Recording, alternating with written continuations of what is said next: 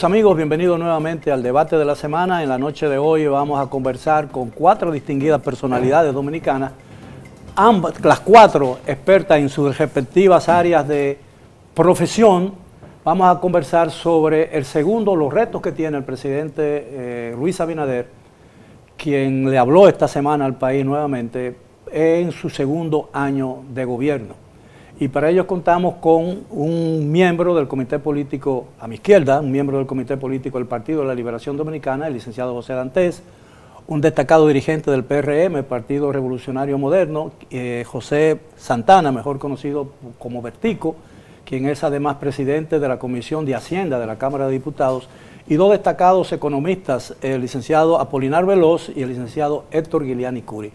Buenas noches, caballeros. En su último discurso, en su penúltimo discurso, porque le habló también al país en el Palacio Nacional a los atletas que compitieron en Tokio, el presidente Luis Abinader delineó lo que serían sus retos y desafíos principales para este segundo año que se inició esta semana, que hoy termina, hoy sábado termina. ¿Cuáles son esos retos realmente? ¿El presidente está en lo cierto o tiene capacidad el gobierno para salir airoso de esos grandes desafíos? Mira, yo creo que el principal reto que él tiene es finalmente la superación de toda esta crisis sanitaria. Independientemente de que ciertamente se han logrado los avances en cuanto a la vacunación, no es menos cierto que todavía está latente la pandemia y el riesgo de contagios y de otros brotes.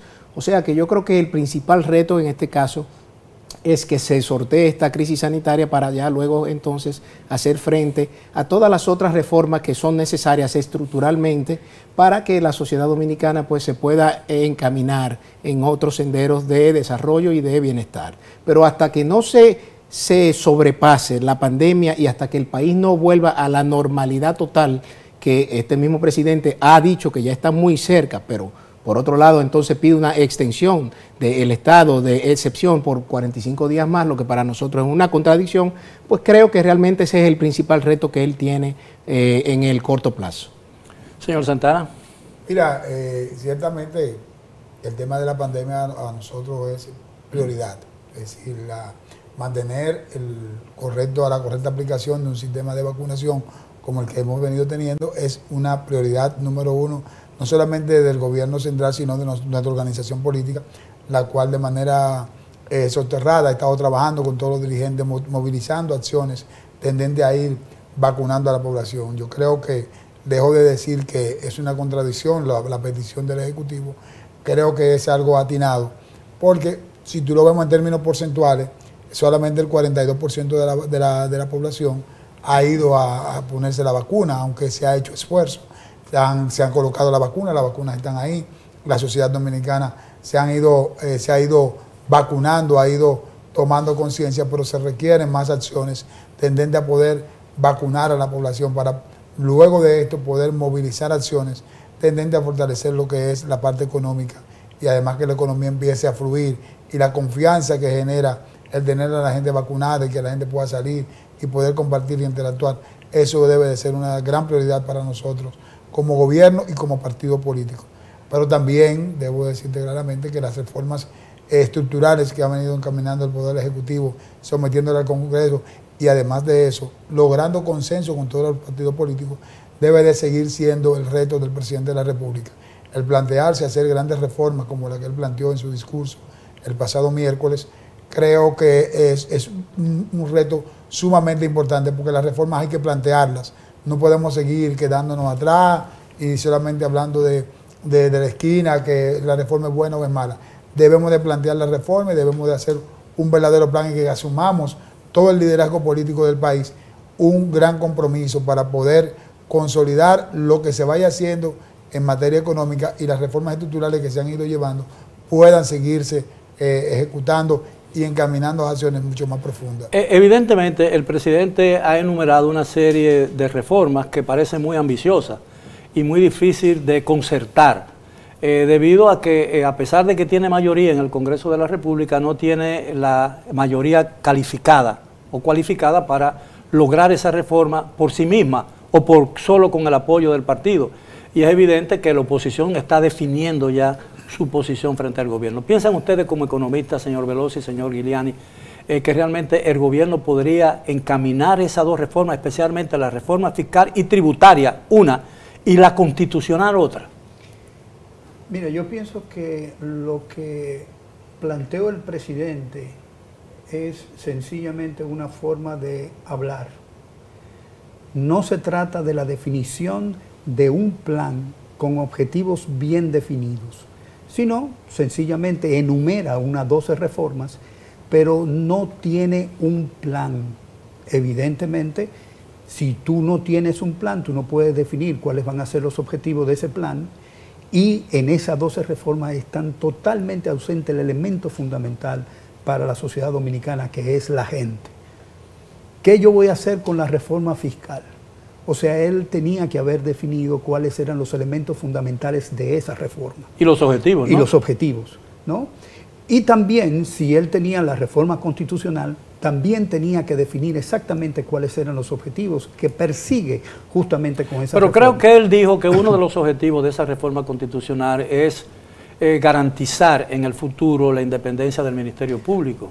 La independencia del Ministerio Público tiene un elemento fundamental ahora, y es el hecho de que algunas de las empresas, de algunos de sus funcionarios, están comprometidas con los casos de corrupción.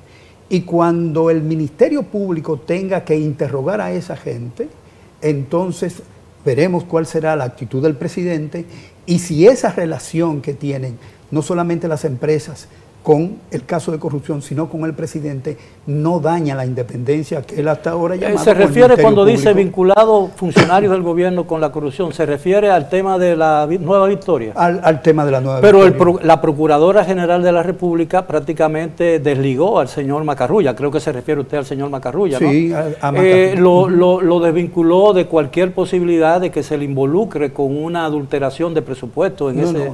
Yo no he visto eso. Cuando ella le agregó y aprobó un adendum y dijo que esos contratos, los 5 contratos, estaban bien encaminados y no había ninguna irregularidad, le agregó unos adendos, incluso agregando dinero a los presupuestos de eso. Pero eso es una petición de la parte interesada.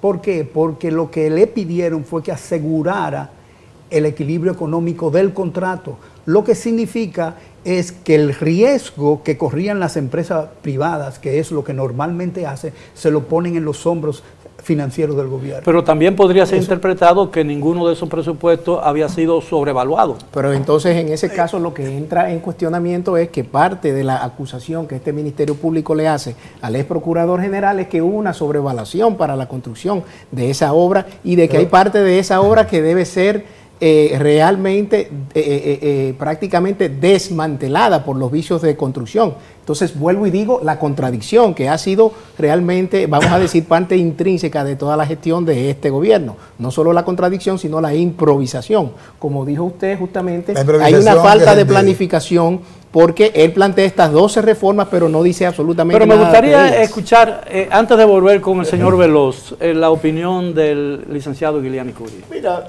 si tú ves el discurso, el presidente comienza señalando que el país enfrenta una acumulación de problemas estructurales de larga data. Y de errores del pasado. Y de errores del pasado. Ahí mismo, él salta a la recuperación fantástica de la economía de un 11.3%, de la acumulación de reservas internacionales netas a 12.000 y pico de millones de dólares, que es la más alta en el país, que por cierto es resultado principalmente de un endeudamiento. No es algo que genera la economía a través de mayores exportaciones o también de remesas familiares, que no es algo que tiene que ver con el gobierno, con obras del gobierno. Entonces, tú ves que en realidad yo comparto la opinión de Apolinar, de que básicamente el discurso fue un discurso denunciado. Es como una lista de lavandería de todo lo que a ti te gustaría, toda esa lista de deseos que a ti te gustaría hacer. Pero él no plantea en ningún momento algo concreto. Y yo creo que el error fundamental que está cometiendo el presidente de la República y el actual gobierno es que vive hablando de grandes reformas o de logros imaginarios también, como lo es de obras públicas, donde prácticamente tú sales por la calle de la capital y la ves llenas de hoyo, lo mismo las autopistas y las carreteras del país. Es decir, hay una contradicción entre lo que está, los enunciados del gobierno y todos los videos que circularon y lo que en realidad está ocurriendo. Y a mí lo que me gustaría ver, y yo creo que sería lo más práctico, es que se concentre en los problemas chiquitos. Porque, fíjate, hay problemas que son sumamente difíciles de resolver. Te vamos a tomar el problema de la educación. El problema de la educación no es tirarle dinero, como hizo el gobierno de Danilo Medina, que en 8 años le metió 4% del presupuesto y el estudiante dominicano prácticamente las futuras generaciones lo están condenando a la ignorancia. Entonces, a uno lo que le gustaría ver es planes concretos. Yo voy a aumentar el rendimiento académico en este periodo en tanto, y para hacer eso voy a hacer tal y tal cosa. No es aumentarle sueldo a los médicos, lo mismo los hospitales públicos. Ah, no, que yo aumenté los salarios a los médicos. Bueno, pero ¿en qué se refleja eso en la población? Tú estás mejorando la condición de un grupo de personas, pero tú no estás mejorando las condiciones de los que van a visitar a los hospitales. Pero para que funcione bien el sistema educativo y el sistema de salud, tienen que mejorar las condiciones en que viven y laboran los médicos y los profesores. Tú no vas permiso, tú no vas a mejorar eso mejorándole las condiciones de vida. Tú lo vas a mejorar mejorando su educación. ¿Ok? Entonces, tú tienes que tomar una estrategia. ¿Voy yo a mejorar el sistema educativo? Hay que enfrentar la realidad con lo que tengo. ¿O puedo adoptar otra estrategia que me permita mejorar lo que tengo en el mediano plazo y mejorar el futuro de los dominicanos ahora mismo? Eso es lo que tú tienes que hacer. Ahora, lo que se pregunta, perdón, lo que mucha gente se pregunta y por supuesto le preocupa es el hecho de que si el gobierno no está asumiendo un programa de reforma que supera la capacidad del gobierno de la República Dominicana y del mismo como líder del gobierno para encaminar esa reforma, porque en las condiciones en que está el país, con una herencia ríspida de una campaña que realmente dividió al país, es muy difícil y ese ambiente no se ha calmado, no se ha mejorado, ¿no? Hay un ambiente de rivalidad política en el ambiente nacional y es evidente que eso no pinta el clima indispensable para acometer todas esas reformas, especialmente una reforma constitucional y una reforma fiscal tributaria que evidentemente va a suponer la imposición de nuevas tasas tributarias para la población. Sí, pero Miguel, escúchame, yo quiero delinear algo. Y es que la inversión del gobierno y las ejecuciones presupuestarias a las que está llevándose el gobierno han ido variando en función del tema. Vamos a caer al tema de la pandemia.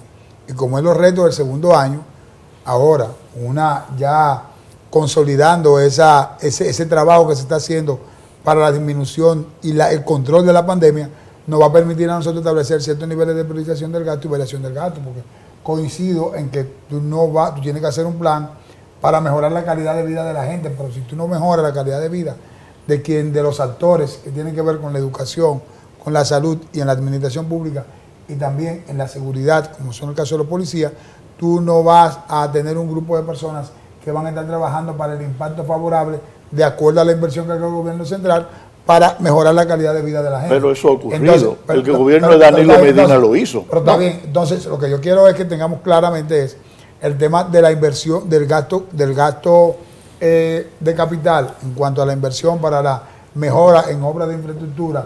Hay que variarlo, pero tú tienes que buscar la manera de dónde tú vas a sacar esa variación del gasto. Pero la pregunta... yo te voy a contestar la pregunta. Si tú ves las estadísticas de las finanzas públicas, tú te vas a dar cuenta de que el gobierno tiene un superávit ahora mismo. Pero está bien, pero lo que tenemos que ir viendo y es donde el presidente llama a un gran consenso para hacer grandes reformas estructurales, porque no es solamente reformas para favorecer la Pero ¿con quién haría ¿A quién ¿sí? llamaría el presidente para esa reforma? Porque yo difiero de usted ahorita cuando decía que... No, que porque tenemos, yo no estoy emitiendo opinión, yo estoy haciendo preguntas. No, Miguel, pero es cuando yo digo que el PRM no tiene, y el gobierno no tienen la mayoría calificada para hacer la reforma. No solo la calificada, no tenemos la mayoría absoluta, solo la tenemos en el Senado. En la Cámara de Diputados no poseemos la mayoría absoluta. Sí, tiene que haber un consenso obligatorio para pasar cualquier iniciativa de ley. Ahora, lo importante de nosotros, lo importante es que nosotros hemos ido llevando cada propuesta que se ha ido trabajando en el Congreso Nacional a un esquema de consenso. Ahora, lo que yo quiero preguntarle a ustedes ¿es realista la propuesta del presidente? ¿Está el país en condiciones de acometer esa tarea de una reforma constitucional y al mismo tiempo abordar una reforma fiscal con todo lo que eso implica? Solamente esa reforma, la fiscal, probablemente le lleve mucho tiempo, porque no se trata de encontrar consenso en el Senado, eso es fácil, ¿no? Políticamente eso es fácil. Ahora bien, no, pero en el Senado hay consenso. Cuando digo fácil, por la tradición que ha habido en el Congreso, ¿no? Se necesita mayoría calificada para hacer una reforma fiscal estructural. Se necesita mayoría calificada, se necesita de las 2/3 partes. Ahora, lo que yo hemos dicho y lo que ha planteado el Ejecutivo y lo hemos planteado nosotros en el Congreso, es un gran acuerdo que tenemos que hacer. Ahora, ese es el problema, por eso pregunto, ¿es realista la propuesta del presidente? ¿A quién va a llamar? ¿A Leonel Fernández? ¿A Danilo Medina? No. ¿Puede hacerse una reforma en este momento sin el apoyo de la Fuerza del Pueblo y sin el apoyo del Partido de la Liberación Dominicana? Cuando las economías están en la situación como está la economía nuestra, contraída, realmente es contraproducente tú plantear una reforma fiscal, y aquí están dos buenos economistas que me pueden decir sobre eso. Primero hay que rescatar, vamos a decir, y colocar la economía a los niveles en los que estaba, para luego tú tratar de buscar... Según el gobernador ya está. Según el gobernador ya está. Pero hay que ver si en la práctica realmente eso es así, porque cuando tú vas y analizas las reservas internacionales, como usted mismo planteaba, que son las máximas de los últimos años, pero eso es gracias a los 8.000 millones de dólares que han tomado prestado, que está ahí, que cuando vemos qué porcentaje de ese préstamo, de esos endeudamientos se han invertido, neto sí, pero se han invertido en el costo para la pandemia, en los programas sociales y en el gasto de capital, no llega ni al 40% de los endeudamientos de los últimos 10 meses. Pero entonces, déjame insistir en el punto que tú levantas, y son los acuerdos, y existen los acuerdos. O sea, pueden existir acuerdos políticos. Sí, se pueden hacer. Pero con la población no existe ningún acuerdo, porque a quien van, y lo decía el ministro de Economía, Planificación y Desarrollo, a quien van a clavar fundamentalmente es a los consumidores. Ahora bien, eso plantea una disyuntiva muy importante desde el punto de vista político, porque van a dejar todas las exenciones, van a dejar todas las leyes impositivas que le dan, digamos, le eximen de pagar impuestos a la gente. La evasión fiscal, ¿qué vamos a hacer con ella? Y la elusión fiscal, ¿qué vamos a hacer con ella? No es posible, posible levantar un solo peso de los consumidores si al mismo tiempo cada uno paga su cuota, y eso significa que debe haber una armonía política entre todos esos sectores y la población, que es la que mayormente paga los impuestos de este país. Entonces, hay consenso, sí, del lado político puede haberlo, pero con...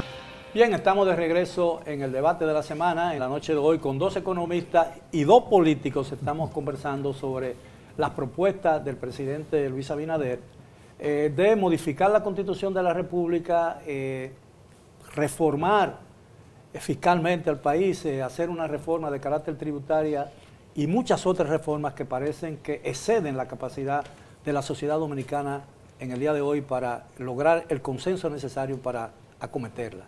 Es decir, ¿qué podemos sacar en conclusión? El presidente se está, diría yo, podría decir, y he escuchado decir a mucha gente eso, el presidente podría estar involucrándose en una tarea que va a resultar por encima de su capacidad como jefe de Estado. No. Porque que yo recuerde, nunca en la historia reciente del país se ha abordado una reforma fiscal tributaria conjuntamente con una reforma constitucional, y además el presidente ha propuesto otras reformas simultáneamente. Sí, pero la propuesta de modificación a la Constitución para hacer algunas reformas estructurales van encaminadas única y exclusivamente a fortalecer las cosas que se han ido logrando y la confianza que ha ido generando el tener un Ministerio Público totalmente independiente, que no tenga que depender básicamente de la voluntad y la decisión del presidente de la República. Esa intención del presidente que marca eso, que él nos lo envía a nosotros como congresistas y nosotros tratar de hacer el consenso y crear las condiciones, eso es bueno. Diputado. Ahora, la reforma fiscal que están planteando, que debió de plantearse desde el 2013, hay que plantearla y hay que hacerlo. Yo coincido con Apolinar. A eso vengo, con diputado. Apolinar cuando él dice que no solamente buscar el consenso del liderazgo político, hay que buscar el consenso de todas las fuerzas Diputado, vivas. la ley, y a eso que vamos nosotros. La Ley de Estrategia Nacional de Desarrollo estableció tres pactos. El educativo, que se alcanzó, un fiscal con la aplicación de la ley. Y un eléctrico. El eléctrico a medias, porque incluso cuando se firmó, el presidente de la República dijo que hacía reserva de eso y que no se había logrado los objetivos que se perseguían. Lo dijo el presidente. Eso lo dijo él, fue responsable y lo dijo. Bueno, pero está bien. Pero lo firmó. Pero no hemos Entonces, podido. si no hemos podido. Si no lo firma, entonces peor. Pero no hemos podido. Este es palo sin boga y excusa. Diputado, pero no hemos podido siquiera iniciar, a pesar de que la Ley de Desarrollo, de Estrategia Nacional de Desarrollo, lo ordena, es un mandato de esa ley. No hemos podido ni siquiera iniciar con seriedad la discusión de un pacto fiscal. Y ahora el presidente lo propone, pero conjuntamente con eso propone otras 11 reformas. Es decir, habrá tiempo necesario, tomando en cuenta de que tenemos casi una década discutiendo la posibilidad de un acuerdo o de una reforma que no se llega ni siquiera a plantear con seriedad. Pero, ahí voy, déjame concluir. Yo voy a concluir en esa parte que... No puede negar que es parlamentario. Esa parte que está planteando él me va a tocar a mí. Pues discutirla porque voy a estar en el Congreso por lo menos hasta que se discutan estas reformas. Quiero decirte, Miguel, hoy, nadie se ha atrevido a plantear ningún tipo de reforma. Ninguno de los líderes políticos. Danilo Medina, cuando llegó en el 2012, planteó una reforma no fiscal, planteó una modificación para tener recursos, es decir, para aumentar la capacidad recaudatoria del Estado. Pero tampoco ninguno lo han planteado. Ahora, el presidente lo va a plantear y él puede plantearlo. Ahora, la discusión se va a trasladar al Congreso y ya es una decisión de nosotros los congresistas. Él puede plantear alguna reforma y hay alguna reforma que tanto lo sabe don Apolinar, que hay que hacerla y debemos de hacerla. Y él, como miembro del comité político, mi hermano Dantes, sabe que en el comité político saben que hay que plantear alguna reforma de esa, hay que hacerla. Ahora, lo que vamos a determinar es el tiempo, cómo lo vamos a hacer, cuál va primero después. Pero el presidente la va a plantear la 12 y ya es una decisión del Congreso. Pero a mí me parece poco realista, ¿no? Pero no poco realista. Es que estamos atrasados. Debió de haberse hecho hace un tiempo considerable. ¿Me está entendiendo? Mira, yo creo, Miguel, que y tú acabas de mencionar en la introducción dos pactos, pacto eléctrico y el pacto educativo. Y yo ahí confirmo, yo creo que se confirma lo que decía Balaguer, y le voy a añadir algo más. La Constitución es un pedazo de papel y las leyes son un pedazo de papel y los acuerdos y los pactos fiscales son pedazos de papel. Es decir, ¿qué se logró con el pacto educativo? Dime, en rendimiento académico en 8 años. ¿Qué se ha logrado con el pacto eléctrico que no se pudo hacer sin él? Entonces, estamos hablando de reforma, de DGCET, porque es que este discurso yo lo vengo oyendo. Lo estamos cantando la suerte, como dice Vicente Bengoa, entre gitanos. Ok, yo vengo, el DGCET, el Intran, pero es que nosotros tenemos una memoria muy corta. Selectiva. ¿Y qué resultó de esas instituciones en mejora del tráfico? Díganme qué ha resultado. Yo lo que quiero ver es resultados, metas específicas. Lo que quiere el pueblo dominicano es que les resuelvan sus problemas concretos. Y eso es lo que el gobierno no está en capacidad de hacerlo. Y es lo que Balaguer, cuando hizo su reforma arancelaria y tributaria, ¿qué pasó? ¿Qué hizo?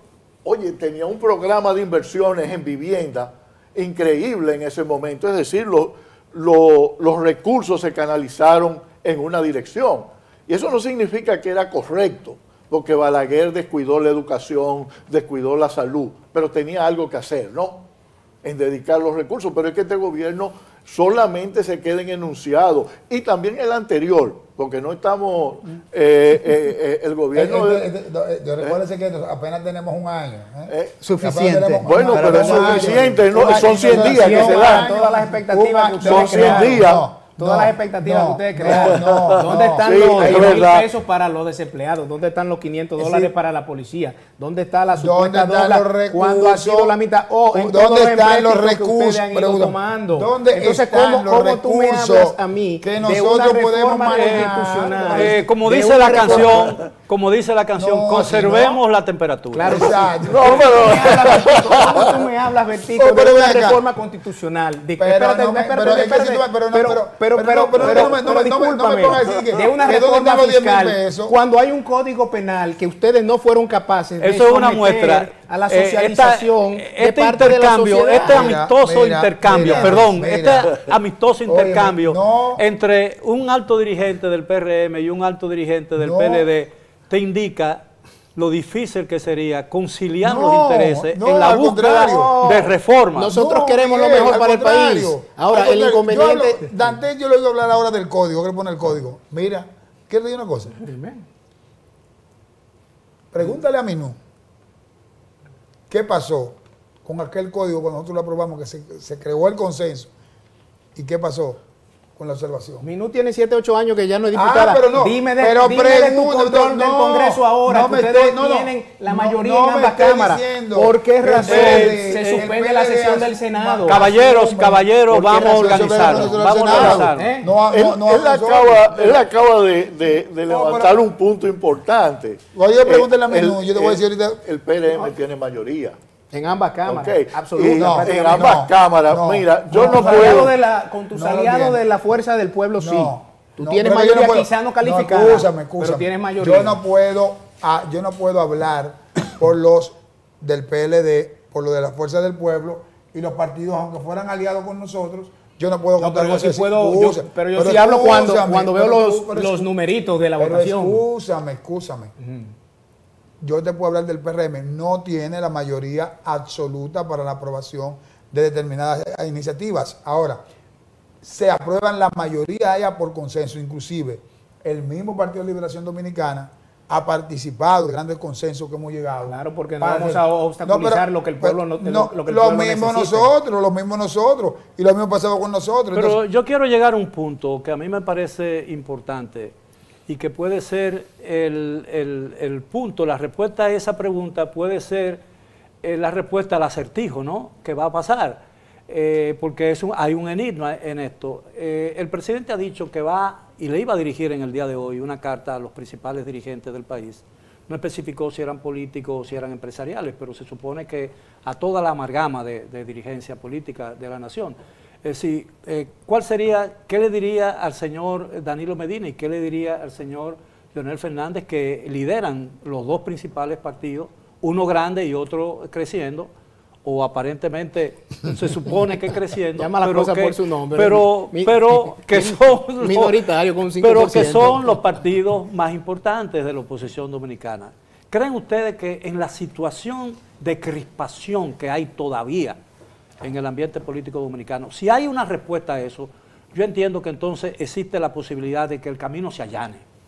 Pero si no hay una respuesta adecuada, en esa crispación, ¿es posible crear un ambiente favorable a cualquiera de esas reformas que ha propuesto el presidente de la República? ¿No corre el presidente de la República de agotar lo que le resta del año y posiblemente el año que viene en la búsqueda de reformas que parecen todavía muy distantes? Mira, este gobierno me parece un gobierno sin visión de futuro y teniendo en consideración el desarrollo de la República Dominicana, de la economía dominicana.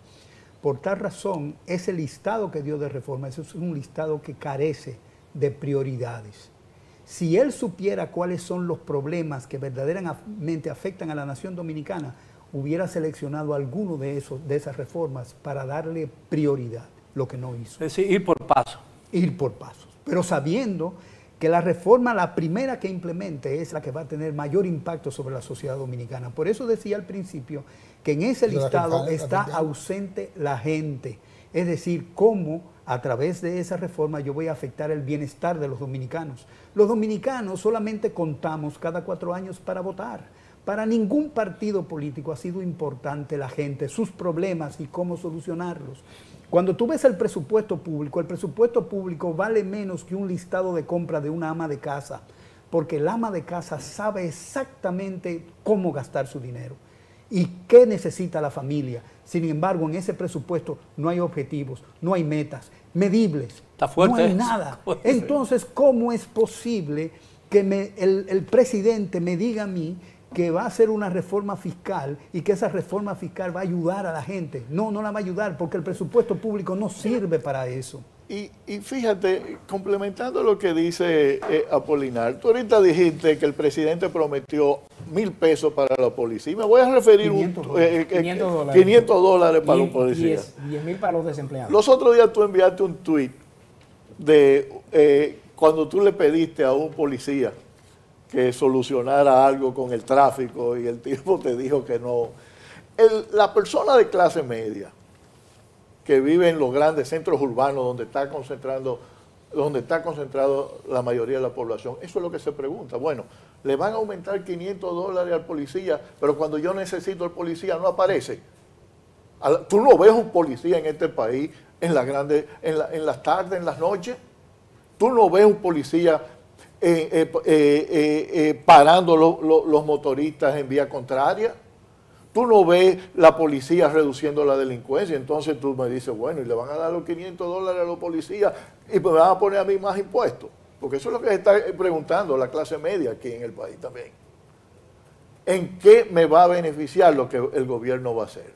Y eso no lo ha dicho. Y no lo ha dicho. El presidente no lo ha dicho. Lo que yo sí te puedo comentar desde el punto de vista meramente político es que si tú quieres lograr consensos a los fines de garantizar la gobernabilidad, tú tienes que manejarte quizás de una manera, vamos a decir, no confrontativa con los poderes políticos. Entonces, a tu pregunta de qué le va a expresar a los dirigentes políticos para que se sumen a esta causa, hay que ver. Pero yo te voy a ser franco, si tú que tienes un año atacándome de una manera feroz, de una manera atropellante, ¿quién? Luego tú me vas a pedir a mí que te auxilie.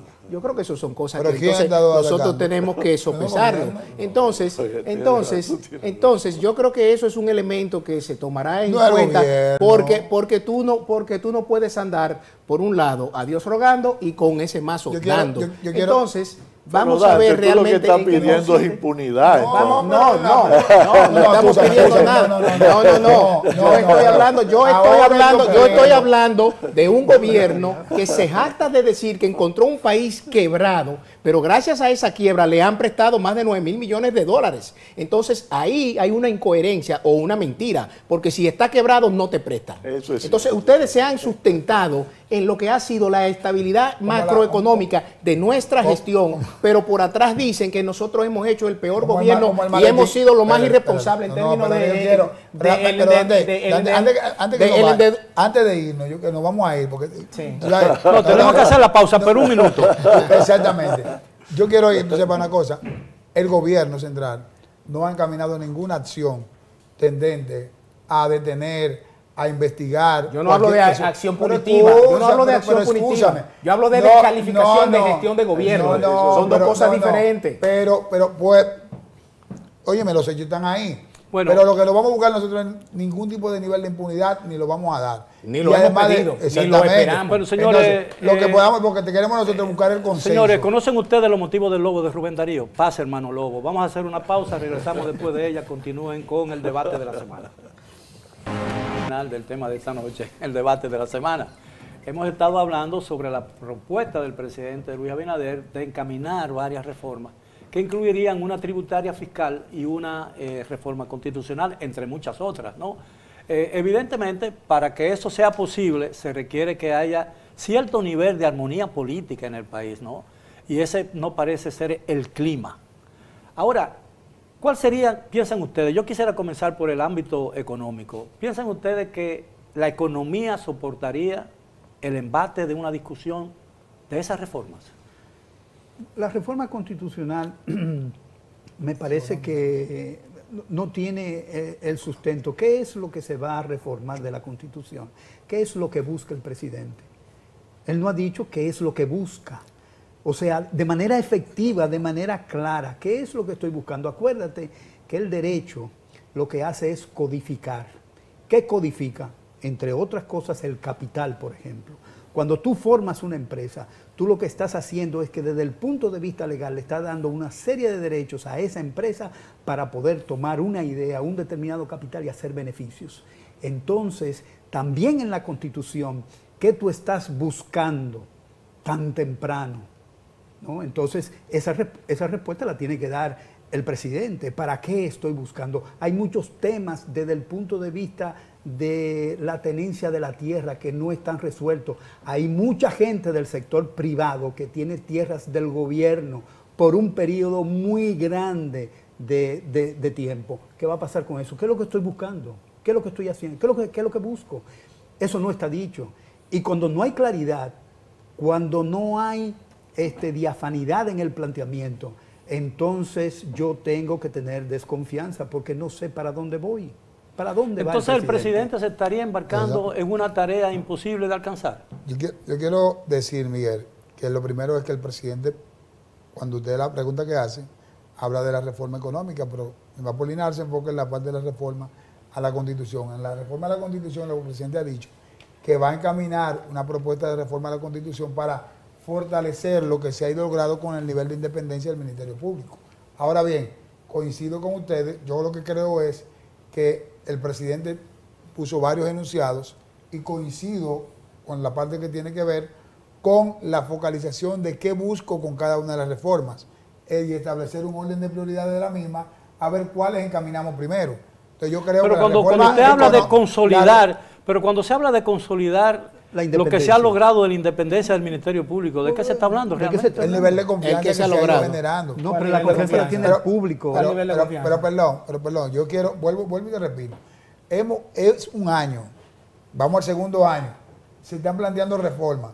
Yo creo que debemos de darle al presidente de la República la oportunidad que él esboce en cada reforma que busca, porque recuerda que fue a grandes rasgos que él en su discurso del miércoles dijo. Ahora, en el tema de la reforma fiscal, el gobierno desde que llegó ahí ha estado encaminando acciones a priorizar ciertos niveles de gasto y a reducir algunos gastos. Hay que esperar que las reformas estructurales del Estado que él ha estado proponiendo y la que vaya a proponer con la reforma a la Constitución, la reforma fiscal, para ver qué va a hacer con el nivel de inversión, porque yo coincido con usted cuando usted planteaba ahorita que Balaguer hizo la reforma, pero tenía un conjunto de obras y de propuestas y prioridades que estableció él como Balaguer. Ahora nosotros tenemos que establecer un nivel de priorización. ¿Qué vamos a hacer con eso? Ahora, en el discurso del miércoles, el señor presidente de la República, entiendo que no iba a desmenuzar cada una de las reformas. Ahora vamos a ver cuando se planteen la propuesta de reforma, qué vamos a hacer con ahora, los a mí me parece que yo estoy de acuerdo contigo en el discurso, pero también a nivel ministerial ya debieron haber hecho eso. Claro. Y no lo han hecho.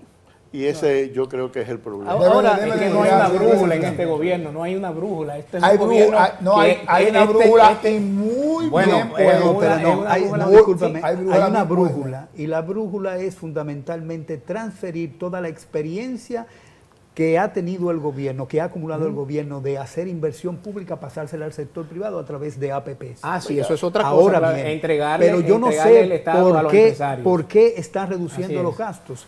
Yo espero que a esas APPs no le den un solo centavo del gobierno, porque ellos habían dicho que una de las ventajas de tener APPs haciendo inversión con dinero público era que no necesitaban desembolsar, el gobierno no necesitaba desembolsar dinero porque ellos lo traían el dinero. Así es. Sin embargo, la inversión ha bajado en más de 50%, pero hay muchísimos proyectos que han sido anunciados por el gobierno No entiendo cuál es la prioridad de cada uno de ellos. No entiendo cuáles son los elementos positivos para la población. Exacto, y para los sectores económicos. En la vida de la gente. No entiendo cuál es el elemento central para mejorar la vida de la gente. No entiendo nada de eso porque no está definido. El presidente no se puede parar a decir un discurso cuando no tiene nada claro en la cabeza. No se puede parar. Lamentablemente la gestión de este gobierno ha sido una gestión caracterizada. Ahora bien, quizás nos ha faltado históricamente entender o definir a qué país queremos parecernos, ¿no? ¿Cuál es ser modelo? Pero es que todo está en la Estrategia Nacional de Desarrollo. Bueno, pero nadie lo ha definido. Y no hemos emprendido la búsqueda de ese ideal. Pero ustedes tienen la oportunidad marquen la diferencia. Perdón, caballero. No haciendo una lista de supermercados. Se planteó la reforma. De buenas intenciones está trillado el camino hacia donde aquel señor. El presidente de la República, cuando firmó el parte eléctrico, dijo: no era lo que yo quería ni era lo que convenía. ¿Y por qué lo firmó? Pero escúchame, si no se firma, también era malo. ¿El porque una cosa. Está como la gatedora. No, se firmó la carrera. Se firmó la carrera. Ahora, ¿de quién es ese pacto eléctrico? ¿De quién es ese pacto eléctrico? Se firmó el pacto eléctrico que ¿quién produjo ese pacto eléctrico? Continuidad de Estado, un hombre con una visión. Pero todos leímos en nuestra juventud, en nuestra infancia, algunos. Alicia en el País de las Maravillas, ¿no? El encuentro de Alicia perdida en el bosque con el gato de Chersay. Los pactos. Y le dice, ¿dónde salgo? Dice, ¿a dónde vas? Él dice que no sé dónde voy. Si no sabe dónde vas, ¿cómo piensa llegar? Pero por Dios, Miguel, algo tan elemental. Por ejemplo, él dice en su discurso que una de las obras que él piensa inaugurar la próxima semana es la presa de Montegrande, que desde el 2009 se ha construido, pero que finalmente ellos la van a acabar. ¿Se ha construido? No, espérate, Bertico. Tú me quieres decir a mí que del 2009 al 21 no se hizo nada y que el cambio en un año la pudo construir. Por favor, seamos más serios. Entonces, ese populismo que tiene nuestro presidente de querer vender cosas que son propiamente hechos de otros gobiernos, y ahí yo lo felicito por la continuidad del Estado, no está bien si no reconoce que esto ha sido un esfuerzo de gobiernos tras gobiernos que han... Pero lo ha manifestado en innumerables ocasiones. Pero, caballero, él Dante tiene razón. Dante tiene razón con eso y han sido mezquinos en eso. El PRM ha sido mezquino. ¿En qué sentido? En eso, de no reconocer ciertos logros de la gestión anterior. Ahora, volviendo a la pregunta tuya original de la reforma fiscal y si es el momento. Fíjate, yo en este programa lo he planteado diferentes tiempos. Yo creo que las circunstancias cambian. Durante lo más profundo de la pandemia, cuando el gobierno tomó el poder, el gobierno quería hacer una reforma fiscal. Yo dije aquí que no era el momento. Ahora mismo la economía se ha recuperado y se ha recuperado fuertemente, mucho en base a los programas que implementó el gobierno anterior. Quédate en casa, donde traspasaba dinero a la gente lo ahorraba y ahora lo está gastando. ¿Ok? Y por eso se ha recuperado la economía. Ahora, el problema del COVID, el problema de la incertidumbre, todavía está en el firmamento. Y yo lo que creo que el gobierno debe ser cuidadoso con eso, en que una reforma fiscal en un ambiente en que puede cambiar de la noche a la mañana con una variante Delta o con lo que sea, que le vaya a asumir la economía en una recesión. Porque no todos los momentos son iguales. Ahora quizás sería posible hacer una reforma. ¿Por qué? Porque la economía está creciendo. Aparte de las consideraciones políticas, ¿no?, que ustedes han mencionado. Pero todavía está ese problema de la incertidumbre que se cierne sobre el firmamento económico. Y de la magnitud del crecimiento. Y la permanencia. Sí. Esa es la otra, la permanencia. Porque ese ahorro que la gente está gastando ahora se va a extinguir. Y fíjate, el crecimiento de la economía no se debe al gobierno. El gobierno ha reducido sus gastos con relación al gobierno anterior. ¿Entiendes? Y la política monetaria no ha sido una política monetaria expansiva. Entonces, No resuelve el problema de los bancos. exactamente. Entonces, tú no Tiene un tema. puedes decir que esta recuperación va a permanecer. Y el gobierno debe ser Ahora, cuidadoso. si el país lograra un ambiente ideal de concertación y que la dirigencia política echara a un lado sus diferencias y trabajara incluso por un objetivo común, ¿cuáles serían los objetivos que se podrían perseguir en la situación actual que vive la República Dominicana? A eso tendrías que agregarle que los empresarios dominicanos, la inversión extranjera y todos los sectores económicos deberían también ser perseverantes en perseguir algún tipo de objetivo que mejore la condición general de la economía dominicana, porque ellos serían afectados por la reforma fiscal. Y si no son afectados por la reforma fiscal, probablemente aquí haya alguna incertidumbre de tipo social. ¿Por qué? Porque sencillamente esta economía tiene una concentración del ingreso enorme, enorme. Entonces esa concentración del ingreso afecta a la mayoría de la gente. Y esa concentración de ingresos es justamente determinada en alguna medida por esa, cantidad de exenciones y de tratamientos especiales a los empresarios. Los empresarios tienen que comenzar a aprender a competir, a hacer una economía de verdad. Y que ya el presidente perpetuó muchas de esas exenciones. Claro, en esa parte también. Entonces, coincido con esa parte de Apolinal y creo que los diferentes gobiernos, no solamente sino la administración del Estado como tal, debe desde Leonel para acá.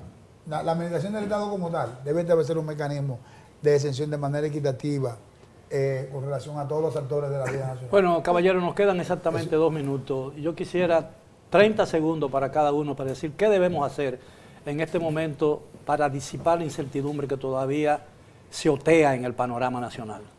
Mira, yo creo que de parte nuestra... 30 segundos, por favor. Yo creo que de parte nuestra entiendo que nosotros lo que debemos es de sentarnos en una mesa de diálogo para ver cuáles son las prioridades para el país, no para una gestión, sino qué es lo que la sociedad dominicana espera a los fines de, primero, superar la pandemia y a los fines de restaurar la economía a los niveles pre-pandemia, que ciertamente va a tomar un poco de tiempo, pero yo creo que si se aunan los esfuerzos entre todos los actores de la vida nacional, pues podemos lograrlo. Creo que establecer un orden de prioridad, definir los roles de cada uno de los poderes públicos y consolidarlo a ellos, porque consolidando los roles de los poderes públicos podemos llegar y encaminar acciones mucho más fuertes y tendentes a sentarnos en esa mesa que plantea Dantes y poder discutir con todos los sectores, pero con un Estado fuerte, un Estado sólido, un Estado que te permita a ti jugar con un equilibrio, que el Poder Ejecutivo entienda que el Congreso es su contrapeso y a la vez el Poder Judicial entienda con sus organismos de las altas cortes y los organismos especiales pudiera mantener ese equilibrio. Bien. Señor Veloz. Yo estoy confundido.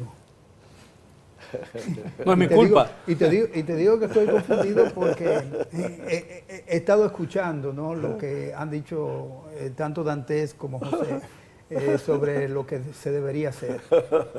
Yo pienso que el gobierno debe poner, digamos, en perspectiva a la gente, que fueron los que le eligieron. El PRM no ganó porque era el PRM. El PRM ganó porque había una inconformidad con los gobiernos del PLD. Sencillamente por eso fue un hartazgo, evidentemente. Sí, un hartazgo, efectivamente. Ahora bien, lo que debe hacer el gobierno es comenzar a hacer su política pensando en las necesidades que tiene la población. Y en ese sentido debe hacer su política pública. Bien, señor Guiliani. Mira, yo creo que el gobierno tiene un mandato y para eso lo eligieron. Y debe concentrarse en la seguridad ciudadana. Mejorar sustancialmente la seguridad ciudadana en los centros urbanos de la República Dominicana. Debe concentrarse en aumentar el rendimiento académico de los alumnos de primaria, secundaria y bachillerato. Debe concentrarse en mejorar la salud y la calidad de los hospitales para que los dominicanos puedan ir a los lugares dignos. Y debe concentrarse en mejorar la calidad de la justicia, porque aquí la justicia nunca llega, hay invasiones de tierra y el abogado del Estado nunca toma decisiones. Una garantía. ¿Entiendes? No hay garantía, se habla mucho de, ¿cómo es?, de seguridad jurídica, pero aquí no hay seguridad jurídica para la inversión. Bien, caballeros, muy agradecido por la magnífica oportunidad, aunque a veces esto se puso un poco caluroso, ¿no? Funcionó. Y mire, y funcionó el aire acondicionado, de eso se lo aseguro. Gracias nuevamente a los amigos televidentes, esperamos que hayan disfrutado del tema de esta noche y lo esperamos, por supuesto, el próximo sábado para otro programa similar. Hasta entonces.